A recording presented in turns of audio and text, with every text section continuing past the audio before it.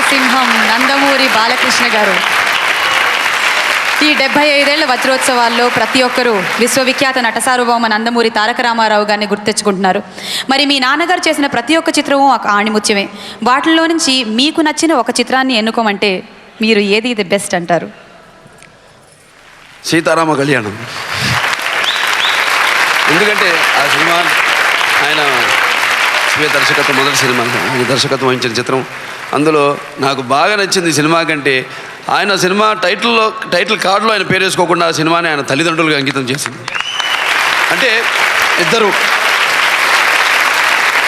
ఇండస్ట్రీకి రెండు మూల స్తంభాల్లాగా, అటు ఎన్టీఆర్ ఇటు ఏఎన్ఆర్ గారు, వారందరూ నిరంతర శ్రమ, అనితర సాధ్యమైన పట్టుదలతో, క్రమశిక్షణలతో తమని తాము సానబెట్టుకున్న ఒక కోహినూరు వజ్రం లాంటి వారు.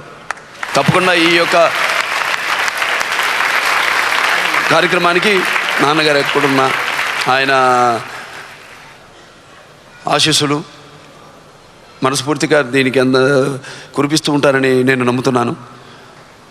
ముందు ఒక పౌరాణిక సినిమాలు కానివ్వండి, లేకపోతే అటు జానపద సినిమాలు కానివ్వండి, అటు చారిత్రాత్మక సినిమాలు కానివ్వండి, సాంఘిక చిత్రాలు కానివ్వండి, అక్కినేని నాగేశ్వరరావు గారు నాన్నగారు పునాది వేశారు.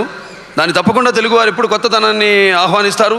తప్పకుండా ప్రయత్నం నా మేరకు నేను ఈ కళామతల ఆశీస్సులు ఉన్నంత వరకు, ఈ చలనచిత్ర రంగంలో ఉన్నంత వరకు పట్టుదలతో కృషి చేసి ఇక ముందు కూడా మనకున్న విశిష్ట స్థానాన్ని ముందుకు తీసుకెళ్ళడానికి నా శాయశక్తుల కృషి చేస్తూ ఆ కళామ తల్లి జరుపుకుంటున్న ఈ 75వ ఈ పుట్టినరోజు సందర్భంగా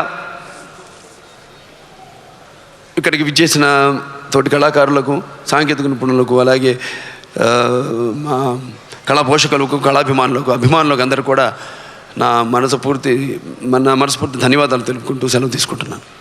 thank you sir, thank you so much.